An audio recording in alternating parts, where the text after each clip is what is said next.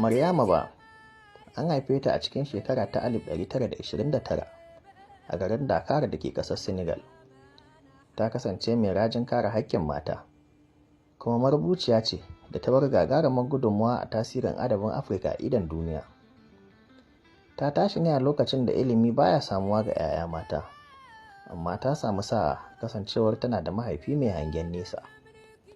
Ta yi karatu a makarantar Faransanci, sannan daga bisani ta kammala karatu a École Normale, ɗaya daga cikin manyan makarantun horar da malamai a Senegal. Bayan ta zama malama, Maryama Ba ta fuskanci irin wahalhalun da mata ke sha kasantuwar tasirin al'ada a cikin al'ummarsu. Wannan ya zama tushen ayyukanta na fafutuka, inda ta zama mai tsayawa tsayin daka wajen kare haƙƙin mata. Tana ƙalubalantar abubuwa kamar hana yara mata zuwa makaranta, cin zarafi da kuma tauye haƙƙi. Ba iya Senegal kawai ba, Maryama Ba ta yi amfani da muryarta don samun inganci a rayuwar mata a duk faɗin Afirka. A shekarar 1979, ta wallafa shahararren littafinta na So Long a Letter.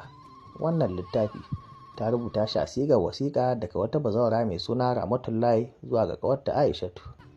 Littafin ya taɓa batutuwa kamar zamantakewar aure, rayuwar zawarci da kuma gwagwarmayar gano matsayin kai.